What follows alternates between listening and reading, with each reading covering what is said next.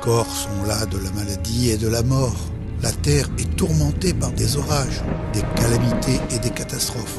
Pire encore, le péché nous a séparés de Dieu, provoquant une fracture permanente, une séparation misérable appelée l'enfer.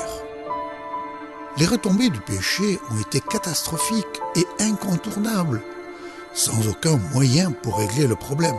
Alors nous nous posons tous la même question. Y a-t-il un espoir ?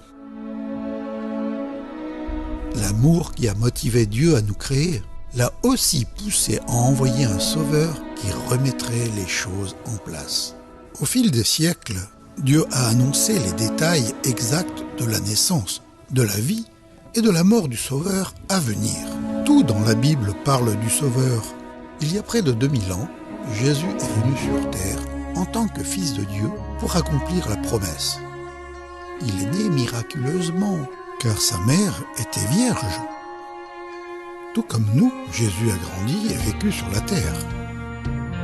Mais contrairement à nous, Jésus n'a jamais péché. Il a toujours obéi au Père. Quand Jésus eut 30 ans, il a commencé à enseigner en Israël, parlant du royaume de Dieu et réalisant de nombreux miracles.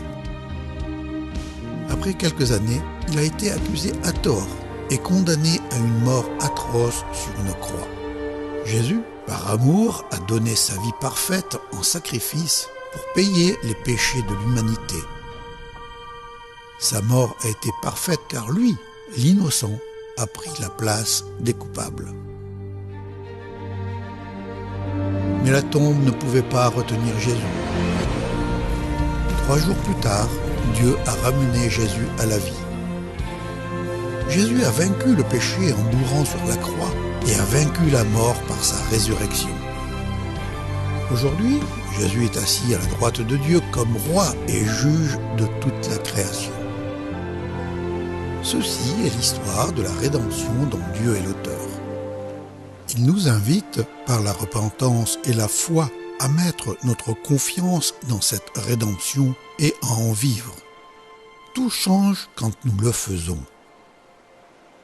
Et maintenant, que nous réserve l'avenir ?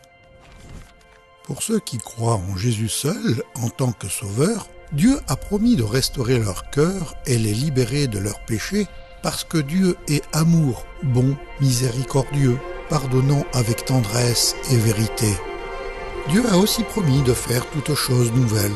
Un jour, il y aura un nouveau ciel et une nouvelle terre, libérés du péché pour l'éternité. Tout ce qui provoque les douleurs et la tristesse aura disparu.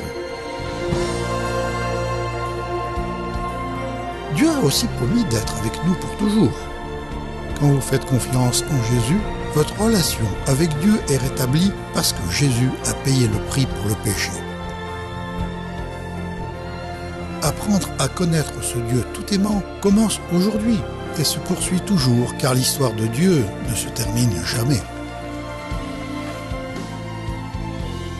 Vous pouvez faire de l'histoire de Dieu la fondation de votre vie à partir de maintenant en admettant votre besoin d'un Dieu sauveur, demandant pardon pour votre péché, mettant votre confiance en Jésus-Christ seul pour vous sauver, suivant Jésus par la foi à partir d'aujourd'hui.